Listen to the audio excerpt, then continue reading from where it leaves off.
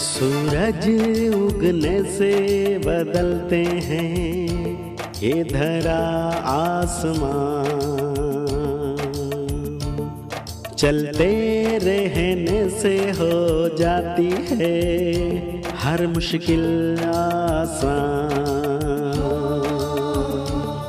चिंता को छोड़ कर आओ कर ले मन में शुभ चिंतन, हर पल को कर ले सफल सफल कह रही है ये पवन। संवार ले सुधार ले कर समस्या का समाधान, संवार ले सुधार ले कर समस्या का समाधान, कर समस्या का समाधान, कर समस्या का समाधान, कर समस्या का समाधान, कर समस्या का समाधान, कर समस्या का समाधान। नमस्कार, आदाब, सत श्री अकाल। स्वागत है आप सभी का समाधान कार्यक्रम में एक बार पुनः। एक बार एक सेमिनार में 50 लोग हिस्सा ले रहे थे। स्पीकर ने एक एक गुब्बारा दिया सभी को और कहा कि इसमें सभी अपना अपना नाम लिखें। जब सबने अपना नाम लिख लिया तो सारे गुब्बारों को एक कमरे में रख दिया गया और कहा गया कि सभी उस कमरे में जाएं और अपने अपने नाम का गुब्बारा ढूंढ कर आएँ, लेकिन केवल 5 मिनट का वक्त उन्हें दिया गया। जैसे ही वो हॉल में गए, अंदर घुसे, सब में अफरा तफरी मच गई। कोई अपना ढूंढ रहा है, कोई अपना ढूंढ रहा है, लेकिन किसी को भी अपना गुब्बारा नहीं मिल रहा था जिसमें उनका नाम लिखा हुआ था। 5 मिनट का समय देखते देखते पूरा हो गया, सभी बाहर आ गए। स्पीकर ने पूछा कि क्या हुआ, तो सब ने कहा कि हमें जो भी गुब्बारे मिले सब दूसरों के नाम के ही थे, इसीलिए ढूंढने में ही वक्त निकल गया, हमें वो नहीं मिल पाया। स्पीकर ने कहा ठीक है, अब फिर से आप लोग उसी हॉल में जाएं जिसमें गुब्बारे रखे हैं, लेकिन इस बार जिसको जो भी गुब्बारा मिलेगा वो जिस नाम का गुब्बारा वो होगा उसी नाम का के व्यक्ति को पुकारेगा और वो व्यक्ति आकर के अपना गुब्बारा ले लेगा। अंदर गए सभी लोग, सबके हाथ में जो भी गुब्बारा आया सब ने उस पे लिखे हुए नाम को पुकारा। आसानी से लोगों ने एक दूसरे को गुब्बारे दिए और सबको अपने गुब्बारे मिल गए। 3 मिनट में ही काम पूरा हो गया, सब बाहर निकल आए। स्पीकर ने कहा कि इसमें एक बहुत सुंदर भाव समाया हुआ है। हम में से हर एक आज के दौर में केवल अपने लिए जी रहा है, अपने आप को देखता है, अपने आप के बारे में सोचता है, अपनी खुशी को अपने आप में तलाश रहा है, लेकिन वो दूसरों को खुशी देने में नहीं लगा हुआ है, दूसरों के बारे में नहीं सोच रहा है। यदि हम दूसरों को खुशी देना शुरू कर दें, दूसरों के लिए सोचना शुरू कर दें, दूसरों के लिए जीना शुरू कर दें, तो वास्तव में खुशी ऑटोमेटिक हमारे पास आ जाएगी और जीवन बहुत सरल सहज हो जाएगा, इतना कॉम्प्लिकेटेड नहीं रहेगा। बहुत सुंदर ये प्रेरक बात थी जो समाधान भी लगातार आपको सिखाता रहता है कि हम औरों के लिए जिएं, क्योंकि दूसरों को यदि हम खुशी देते हैं तो वो खुशी 10 गुना बढ़कर हमारे पास वापस आ जाती है। आइए इसी सुंदर बात के साथ आज की इस चर्चा की शुरुआत करते हैं और स्वागत करते हैं आदरणीय भ्राता जी का। भ्राता जी, आपका बहुत बहुत अभिनंदन है। शुक्रिया। एक प्रेरक बात भ्राता जी कि औरों के लिए जीना, औरों को देना। एक बात तो हम हमेशा से बचपन से सीखते आ रहे हैं, सुनते आ रहे हैं कि जो दोगे वही मिलेगा या जो बोएंगे वही काटेंगे, लेकिन आज व्यक्ति दुख ही दुख दिया जा रहा है और इस बात का उसे भान ही नहीं है कि वही दुख उसे 10 गुना या 100 गुना होके प्राप्त होगी। सच यही है कि देने का सुख, अच्छी चीज़ें देने का सुख बहुत बड़ा है और जो कुछ हम बुराई दूसरों को दे रहे हैं वो तो कई गुनी होकर हमारे पास वापस आ रही है। आज मनुष्य को इसी अवेयरनेस की बहुत आवश्यकता है कि वो दूसरों को अच्छाई न देकर बुराई दे रहा है, कष्ट दे रहा है, बुरे वचन दे रहा है, बुरे वाइब्रेशंस दे रहा है, बुरी फीलिंग्स दे रहा है, जो संगठनों में, परिवारों में अशांति का और एक अलगाव, दूरी, इसका माहौल पैदा करती जा रही है। इसलिए हमें सबको ये सीखना है कि हम सहयोग दें, एक दूसरे को समीप लाएं। पहले से ही पढ़ते आते थे, यूनिटी इज स्ट्रेंथ, इसको हम कहीं ना कहीं लागू करें। देखिए, हमारे ईश्वरीय विश्वविद्यालय की ये बात देखकर लोग बहुत खुश होते हैं कि जब यहाँ आते हैं तो देखते हैं कि बड़े बड़े कार्य सहज हो रहे हैं और कोई कहीं लड़ाई झगड़ा नहीं हो रहा है, सब अपना अपना काम कर रहे हैं, कोई बोलचाल नहीं हो रही है ऐसी वैसी जैसी लोगों के बीच होती है। तो एक बहुत अच्छी यूनिटी यहाँ दिखाई देती है क्योंकि सब एक दूसरे को सहयोग देते हैं, अपनापन देते हैं और इम्पोर्टेंट बात ये है कि अपनी रिस्पॉन्सिबिलिटी को महसूस करते हुए बीइंग रेस्पॉन्सिबल काम करते हैं, तो इससे संगठन बहुत शक्तिशाली बन जाता है। यही सिद्धांत घरों में अप्लाई करना है जी। एक व्यक्ति काम कर रहा है, दूसरा कोऑपरेट करे। अच्छा, कोऑपरेशन न भी दिया हो तो कम से कम अप्रिशिएट तो करे, तो उसकी थकान तो उतर जाए। अभी लोग काम भी करा लेते हैं, कोऑपरेट भी नहीं करते, ऊपर से कुछ सुना भी देते हैं, तो दूसरा व्यक्ति टेंशन में रहता है। तो ऐसा सुख देने का हम संकल्प करें, सहयोग देने का संकल्प करें, दूसरों को आगे बढ़ाने का संकल्प करें। और इससे भी अच्छी बात है, दूसरों को उनकी समस्याओं में मदद करें, समाधान सुझाएं। ये नहीं दूसरे समस्याग्रस्त हैं तो हम खुश हो रहे हों कि देखा अब आई अकल ठिकाने, ये नहीं, हम मदद करें। जब हम दूसरों को समस्याओं मदद करेंगे तो हमारी समस्याओं में भी कोई हमें मदद करने अवश्य पहुंचेगा। नहीं तो जैसे हम दूसरों को अकेला छोड़ देते हैं, हम भी अकेले पड़ जाएंगे। बिल्कुल, ये एक बहुत सुंदर कर्म का सिद्धांत है व्रता जी, जिसको व्यक्ति को ध्यान में अवश्य रखना चाहिए कि हम सचमुच जो देंगे वही हमें प्राप्त होगा। तो क्यों ना अच्छे से अच्छा दें, भले हमें दूसरा कुछ भी दे रहा हो, लेकिन हम तो कम से कम सुख दें, खुशी दें, अच्छी बातें दें। इस बात का अवश्य सभी ध्यान रखें। और गजानन कुशवाहा जी लिख रहे हैं और ये कहते हैं कि ओम शांति, आपका प्रोग्राम समय प्रति समय देखते रहता हूँ, बहुत अच्छा लगता है। पहले भी आपको मेल भेजा था, जवाब भी मिला था बीके सूर्य भाई जी का। आप जो मोबाइल नंबर दिए थे वो हमेशा बंद मिलता है, उस पर बात नहीं हो पाती। तो मेल में आगे बढ़ो व्रता जी, उससे पहले तो इस प्रश्न का उत्तर जरूर दे दें कि मोबाइल बंद रहता है तो कब आपसे बात हो सकती है? अभी देखिए, मोबाइल तो बंद रखना ही पड़ेगा। अब हम यहाँ बैठे हैं तो मोबाइल बंद होगा, क्लासेज में हैं तो मोबाइल बंद रहेगा। इसलिए एक दूसरा नंबर दे दिया गया था, उस पर सभी कांटेक्ट करें, अपनी समस्याएं दे दें या ईमेल से दे दें, हम उसका उत्तर इस कार्यक्रम में भी देंगे। मैं आप सबको बता दूं कि भ्राता जी लगातार पूरे भारतवर्ष में परिक्रमा लगाते रहते हैं और इनके लगातार प्रोग्राम्स होते रहते हैं। साथ ही जब कभी आप माउंट आबू में होते हैं तब यहाँ पे भी इनकी क्लासेस होती रहती हैं, बहुत सारी एक्टिविटीज़ में आप इन्वॉल्व रहते हैं। तो इस कारण फ़ोन कई बार स्विच ऑफ मिलता है आपको, लेकिन जो नंबर आपको दिया गया है, जो प्रोग्राम के बाद आपको दिया जाता है, उस नंबर पे आप संपर्क कर सकते हैं। संभव है कि वो नंबर भी कई बार बंद रहे, क्योंकि वो नंबर मेरे पास होते हैं। तो मैं क्षमा चाहता हूँ यदि आपको किसी भी प्रकार की तकलीफ़ हो रही है। तो बहुत जल्दी हम सोच रहे हैं कि कोई एक समय नियत करके आपको दे दें जिसमें कि आप फ़ोन कॉल करें, क्योंकि कई बार रिकॉर्डिंग के कारण या अन्य सेवाओं के कारण हम व्यस्त होते हैं तो आपके फ़ोन कॉल अटेंड नहीं कर पाते। लेकिन आप एसएमएस हमें कर सकते हैं, ईमेल कर सकते हैं, उनके जवाब आपको कार्यक्रम में भी प्राप्त होंगे और तत्काल भी उनके जवाब आपको प्राप्त होंगे। यदि किसी भी प्रकार की आपको असुविधा हुई हो तो मैं दिल से आपसे क्षमा चाहता हूँ। भ्राता जी, आगे मेल में चलते हैं। ये हमारे गजानन जी कहते हैं आगे कि पिछले 1 वर्षों से मैं डिप्रेशन में था और मुझे नींद भी नहीं आती थी। मैं दवाइयाँ लगातार ले रहा हूँ, लेकिन अभी भी उतना ज़्यादा मुझे फ़र्क नहीं पड़ा है। मुझे नींद अच्छी आए, उसके लिए मैं भ्राता जी से सुझाव चाहता हूँ कि मैं ऐसा क्या करूँ जो नींद मुझे गहरी आए। नींद की समस्या संसार में मैं तो कहूँगा, हमने लंबी चर्चा की भी है भ्राता जी, की है। ये एक विकराल समस्या का रूप लेती जा रही है। और मुझे ऐसा लगता है कि मनुष्य का ब्रेन हाइपर एक्टिव हो जाता है रात के समय जब वो सोने जाता है। इसके कारण देखिए, हम तो स्पिरिचुअल नॉलेज के आधार से जानते हैं, लेकिन साइकेट्रिक डॉक्टर जिनके पास वो जाते हैं उनको शायद इनके कारणों का पता नहीं होता है। वो केवल नींद की गोलियां देते हैं और आज एक दी, आधी से शुरू करेंगे, बढ़ाते बढ़ाते 4-5 तक ले गए, फिर भी पेशेंट की स्थिति वही रहती है। तो एक बहुत अच्छी चीज़ जाननी चाहिए कि मनुष्य ने जो कुछ विकर्म हजारों साल से किए हैं, कोई अति कर लिए हैं, वो सब उसके ब्रेन में प्रिंट होते रहते हैं जी। जिसको लोग सबकॉन्शियस माइंड, अनकॉन्शियस माइंड कहते हैं। अनकॉन्शियस माइंड में वो प्रिंट होते रहते हैं। अब उनका स्टॉक बढ़ता जाता है। कोई चीज़ जब ज़्यादा बढ़ जाती है तो बाहर फ्लो होती है ना, चाहे हम कप में डालते जाएं, ज़्यादा हो जाए तो बाहर गिरेगी। तो बहुतों के साथ क्या हो रहा है, जिनका ये विकर्मों का कर्मिक अकाउंट ज़्यादा हो गया है, तो वो उसने ब्रेन को हाइपर एक्टिव कर दिया है।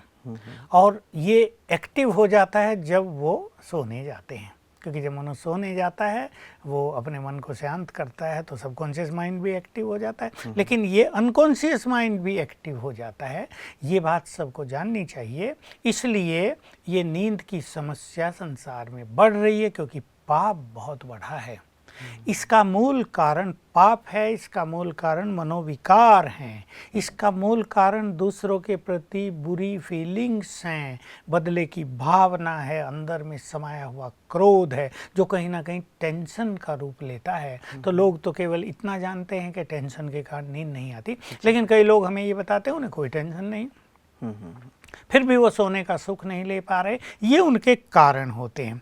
तो एक तो राजयोग से इन्हें अपने को ठीक करना है। राजयोग के अभ्यास से ये जो विकर्मों का स्टोर हो गया है ना, स्टोक नहीं स्टोर, बड़ा भारी ये स्टोर हाउस जो ब्रेन बन गया है, ये उससे समाप्त होने लगेगा। योग, राजयोग एक ऐसी अग्नि है जो इस गंदगी को जलाकर नष्ट करती है। बहुत फ्रेश होंगे। दूसरी चीज़ ये कि अपने माइंड को, अपने ब्रेन को कुछ नए थॉट्स देने हैं। रात को मनुष्य सोने चला गया, उसको नींद नहीं आ रही, वो केवल घड़ी देखता है जी। या उसे कोई बात याद आएगी जो उसकी टेंशन वाली है, वो देखेगा अरे 12 बज गए, 1 बज गया, नींद तो आ नहीं रही, नींद तो नहीं आ रही। वो इस समय को यूज करे, कुछ अच्छी चीज़ें सुने।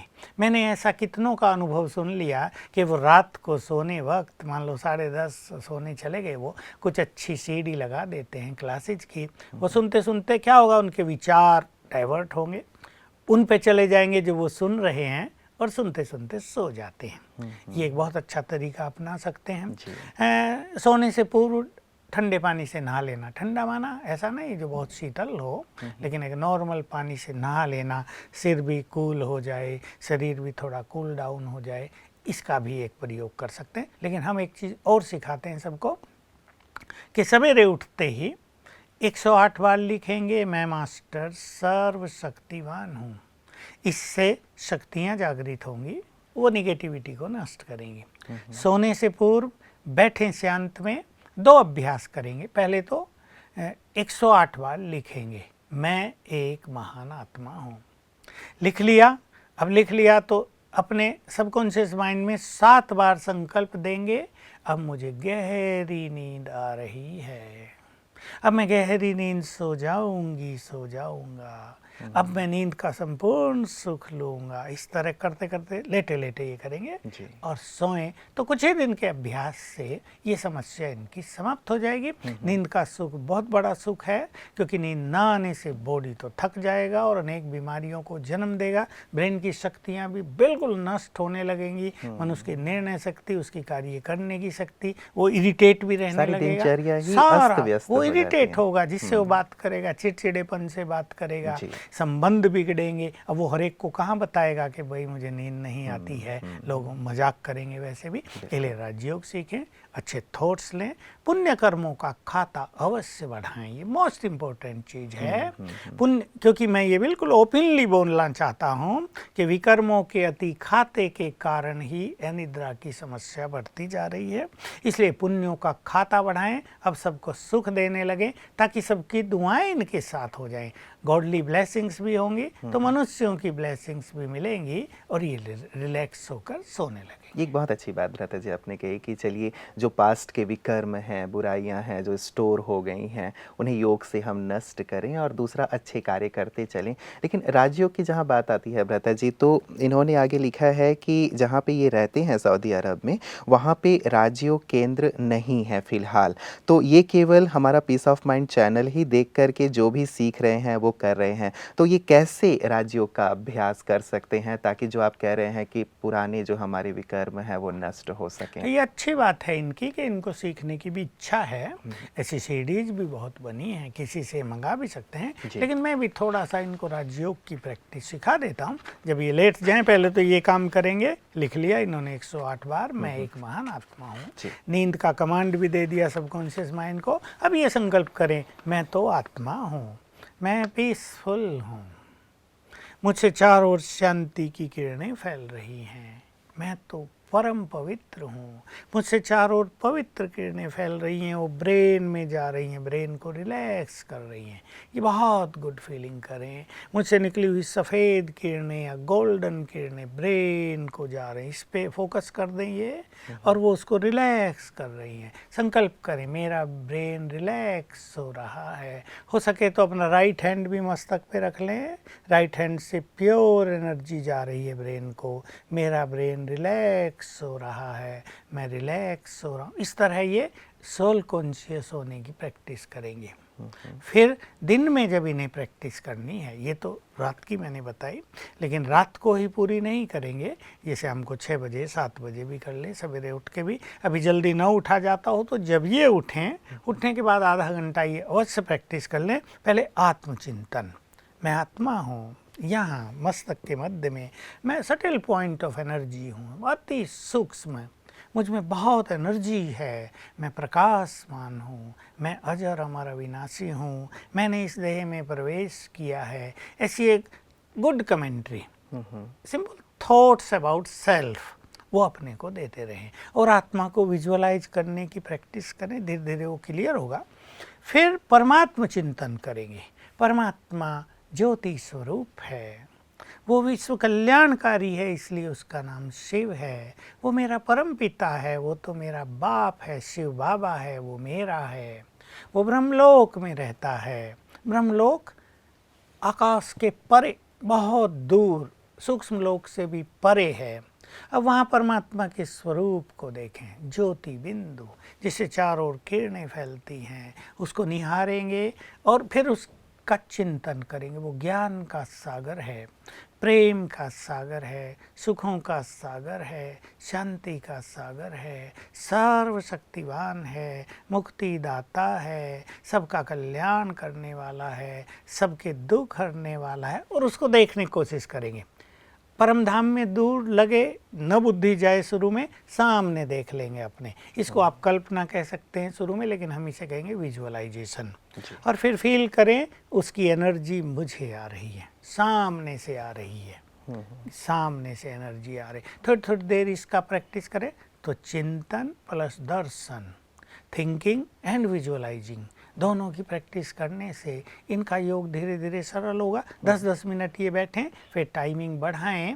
मन भटकेगा, उसको फिर रोक कर इस चिंतन पे लाएंगे तो बहुत जल्दी इन्हें सफलता मिल जाएगी। चलिए, इनको नींद भी अच्छी आएगी और राजयोग की भी अच्छी, आपने सुंदर अभ्यास बता दिए हैं, तो राजयोग का ये अभ्यास वो कर सकते हैं। और निश्चित रूप से आसपास सेवा केंद्र मैं जो जोड़ दूं, होंगे, हाँ, जो भी आसपास हो या कहीं नहीं है वहाँ पर, जैसा इन्होंने बताया, तो एक और अच्छी चीज़ ये कर लें, परमात्मा जो हमारा पिता है वो हमारी माँ भी है। तो ये ऐसा संकल्प करें, ये बहुत गुड फीलिंग देने वाली बात होगी कि माता पिता नीचे आ गए हैं और मैं उनकी गोद में सो गया हूँ।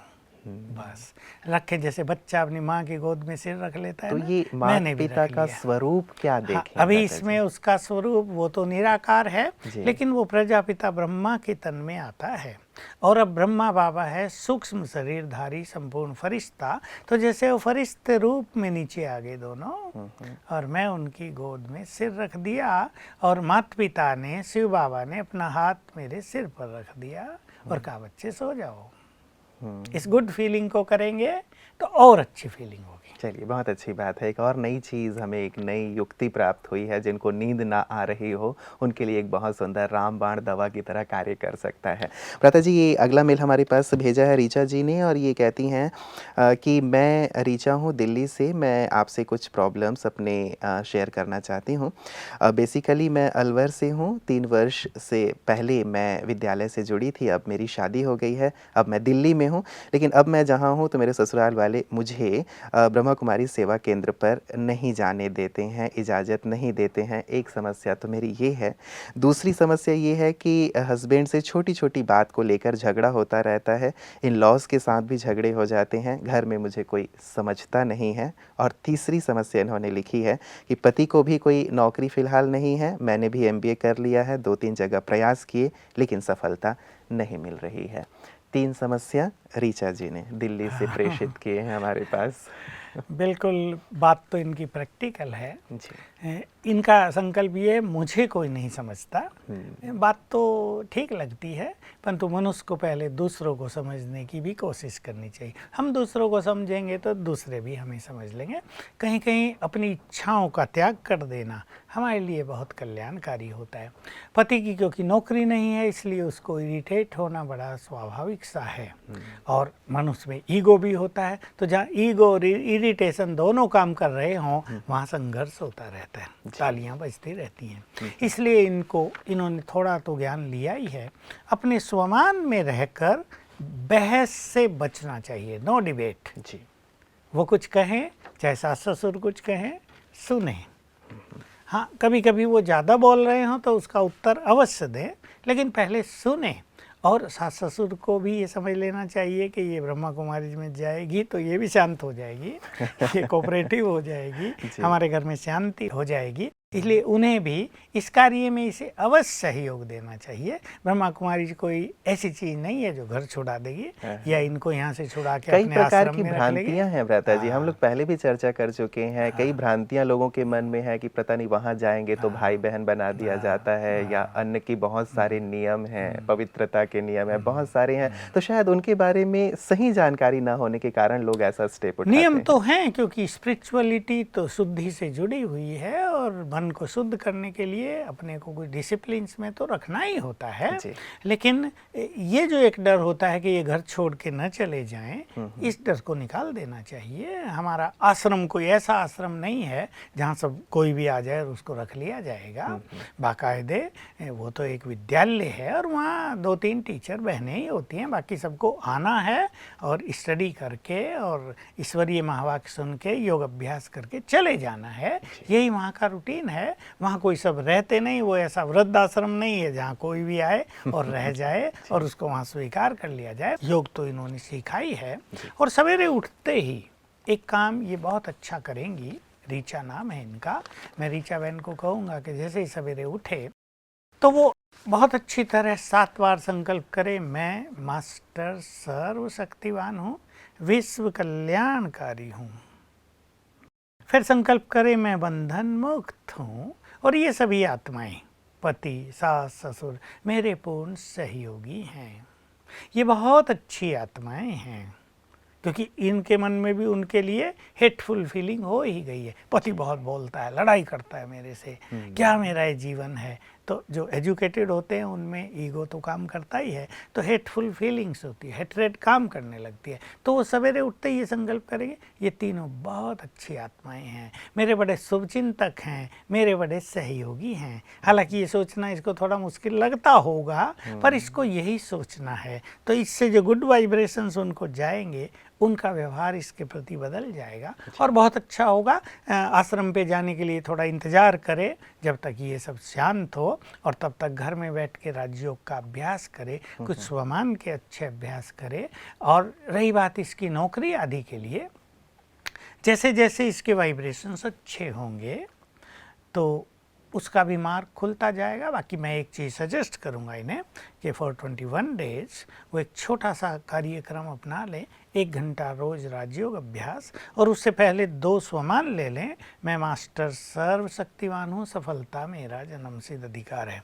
अप्लाई इन्होंने किया ही होगा या कर लें, और 21 दिन ये बहुत अच्छा योग अभ्यास करने के बाद इस मार्ग में कोई बाधा जो आ रही हो वो हट जाएगी और इनको जॉब भी अच्छी मिल जाएगी। बिल्कुल, चलिए उम्मीद करते हैं भ्राता जी कि बहुत ही सहज रूप से इनका पारिवारिक जीवन भी सफल हो, और साथ ही अब इनको जो नौकरी नहीं मिल पा रही है उसमें भी इन्हें क्योंकि सफलता नौकरी प्राप्त मिलते ही ये शांत हो जाएंगे जी।